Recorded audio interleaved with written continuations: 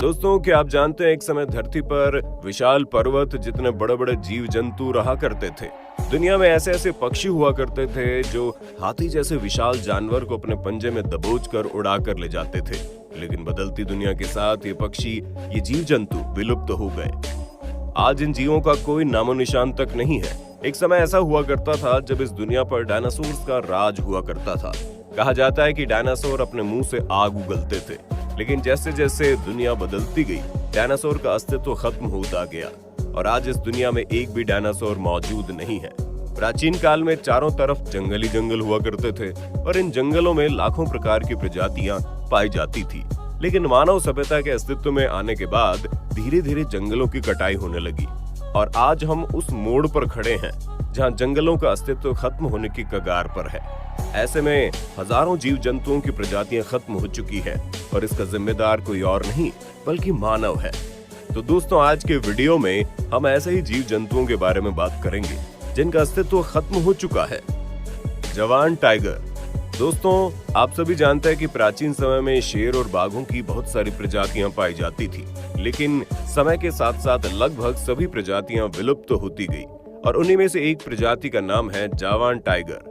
80 साल पहले जावान टाइगर को देखा जा सकता था, लेकिन पिछले 80 सालों से जावान टाइगर के साथ साथ बाघों की 2 और प्रजातियां भी विलुप्त हो गई हैं। दोस्तों, हम आपको बता दें, इंडोनेशिया में जावा द्वीप नाम का एक स्थान है। कुछ समय पहले जावा द्वीप पर बहुत ही घने जंगल हुआ करते थे और जावा द्वीप पर बहुत सारे बाघ रहा करते थे जिन्हें जावान टाइगर कहा जाता है। लेकिन धीरे धीरे इंसानों को ये जगह पसंद आ गई और यहाँ पर इंसानों ने अपने घर बनाने शुरू कर दिए। क्योंकि जावा द्वीप पर चारों तरफ हरियाली थी, इसीलिए इंसानों को यहाँ बहुत सुकून महसूस हुआ और इंसानों ने यहाँ पर अपना कब्जा जमा लिया। लेकिन इंसान भूल गए कि उनके यहाँ आने से यहाँ के जीव जंतु परेशान होंगे और बाद में हुआ भी यही। धीरे धीरे यहाँ इंसानों की गतिविधियां बढ़ती गई और जंगलों को काटा जाने लगा, क्योंकि खेती के लिए जमीन चाहिए होती है। आपको ये जानकर आश्चर्य होगा कि जावा द्वीप पर चावल की खेती बहुत अच्छी होती है। यहाँ की मिट्टी चावल की खेती के लिए उपयुक्त मानी जाती है। फिर क्या था, इंसानों ने ना आव देखा ना ताव, पूरे जंगल को ही साफ कर दिया। 1975 तक आते आते जावा द्वीप पर पहले 8% जंगल ही शेष बचा था। जब तक इंसानों के अपनी गलती का एहसास होता, तब तक सारा जंगल खत्म हो चुका था और इसी के साथ ही जावान टाइगर भी विलुप्त हो गए। वैसे हम आपकी जानकारी के लिए बता दें कि एक नर जावान टाइगर का वजन तकरीबन 150 किलोग्राम तक होता है। 1920 में जावा द्वीप पर बहुत सारे जावान टाइगर रहते थे, लेकिन आज वहां इनका नामो निशान तक नहीं है।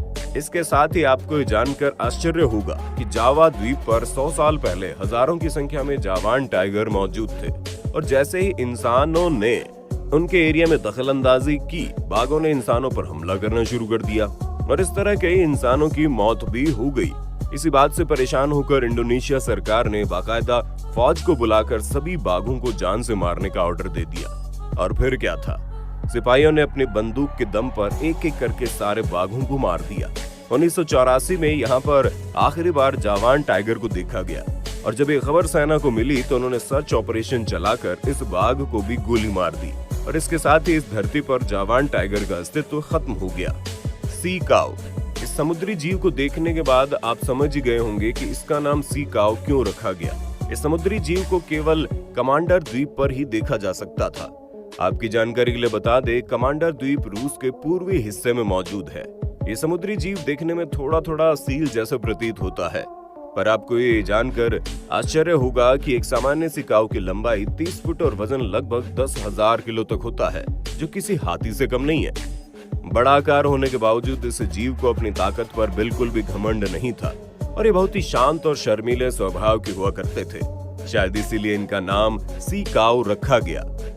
और आपको जानकर ये बड़ा अजीब लगेगा कि 1741 तक दुनिया में कोई भी इंसान सी काऊ को नहीं जानता था, लेकिन पहली बार जॉर्ज डब्ल्यू स्टिलर द्वारा इसे देखा गया था। और फिर क्या था, इंसानों की नजर पड़ते ही इस शांत स्वभाव के प्राणी का जीना हराम हो गया। चूंकि ये जीव किसी पर हमला नहीं करता था, इसलिए शिकारियों ने समुद्र के अंदर घुस कर इस बेचारे सी काऊ को मारना शुरू कर दिया और बड़े पैमाने पर इसका शिकार किया जाने लगा।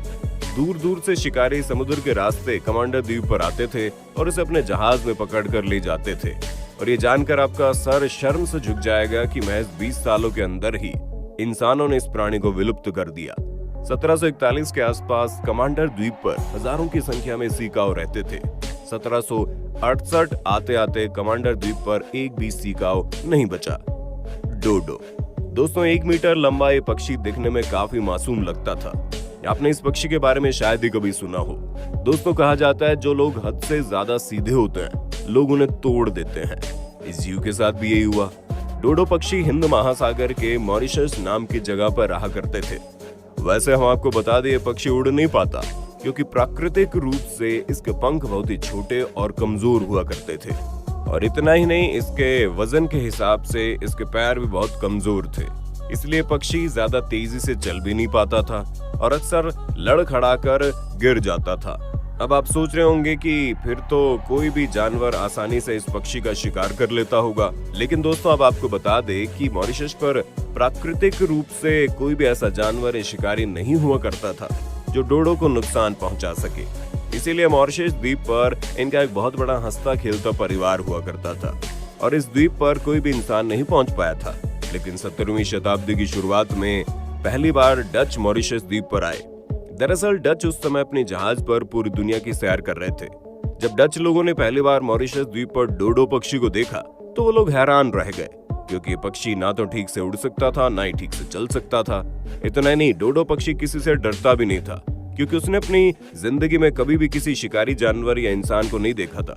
इसलिए डोडो पक्षी आसानी से इंसानों के पास खुद चला आता था और इसी बात का फायदा उठाकर डच लोगों ने इस पक्षी का शिकार करना शुरू कर दिया और अपनी भूख मिटाने के लिए उन्होंने इस मासूम पक्षी को बेरहमी से मारना शुरू कर दिया।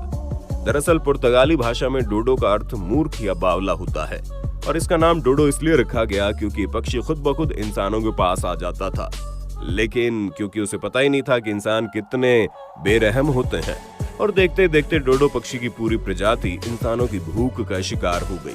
17वीं शताब्दी के अंत तक मॉरिशस पर पूरी तरह से इंसानों का कब्जा हो चुका था और वहां पर डोडो पक्षी पूरी तरह से विलुप्त हो गया। तस्मानिया टाइगर देखने में कुत्ते और भेड़िए जैसा दिखने वाला ये जानवर बहुत ही खूंखार और मांसाहारी हुआ करता था। तस्मानिया टाइगर उन चुनिंदा जीवों में से एक है जिनके पास बच्चों को रखने के लिए थैली होती है और ये थैली मादा टाइगर के पास होती थी। ठीक उसी तरह की थैली कंगारुओं के पास भी होती थी। ये जानवर ऑस्ट्रेलिया के तस्मानिया द्वीप पर निवास करता था। इस जानवर के पीठ पर टाइगर जैसे निशान बने होते थे। आखिरी तस्मानिया टाइगर की मौत 1936 में हुई थी, इसलिए इसके बहुत सारे फोटो और रिकॉर्डेड वीडियो आज भी मौजूद है। इनका आकार किसी बड़े कुत्ते के बराबर होता था। वैसे तो तस्मानिया टाइगर ग्रुप में रहकर किसी भी जानवर का शिकार कर लेते थे, लेकिन जब पहली बार 18वीं शताब्दी में यूरोपियन लोगों ने तस्मानिया द्वीप पर कब्जा किया, उसके बाद से इस जीव का शिकार होने लगा। सरकार भी इनका शिकार करने पर पुरस्कार देती थी। हालांकि बाद में जब इनकी संख्या तेजी से कम होने लगी तो सरकार ने इसे बचाने का प्रयास भी किया, लेकिन तब तक बहुत देर हो चुकी थी और 1936 के आसपास आखिरी तस्मानिया टाइगर ने भी पिंजरे के अंदर दम तोड़ दिया। दोस्तों, इस प्रजाति के विलुप्त होने में पूरी तरह से इंसानों का हाथ है। आपका इसके बारे में क्या कहना है, कमेंट में बताइए। बब्बर शेर दोस्तों, अब आप सोच रहे होंगे बब्बर शेर तो आज भी दुनिया में मौजूद है, लेकिन कई जानकारों का कहना है कि बब्बर शेर की असली प्रजाति 90 साल पहले ही विलुप्त हो चुकी है। दरअसल जंगल के राजा बब्बर शेर के बाल गर्दन से होते हुए उसके पेट के आखिरी छोर तक फैले हुए होते थे, लेकिन वर्तमान में हम जिस बब्बर शेर को देखते हैं उसके बाल केवल गर्दन तक ही सीमित रहते हैं और असली बब्बर शेर के बालों का हल्का कलर गहरा होता था जो दिखने में काफी रौबदार लगता था। कहा जाता है कि असली बब्बर शेर का वजन 300 किलो हुआ करता था, लेकिन आज के भारतीय और अफ्रीकी शेरों का वजन 250 किलोग्राम तक ही हो पाता है। लेकिन दोस्तों, हो सकता है बदलते वक्त और बढ़ते प्रदूषण के कारण बब्बर शेरों का शरीर पहले के मुकाबले छोटा हो गया हो, क्योंकि प्राचीन काल में इंसानों का शरीर भी भारी भरकम हुआ करता था, लेकिन आज के समय में इंसान की कदकाठी थोड़ी घट गई है।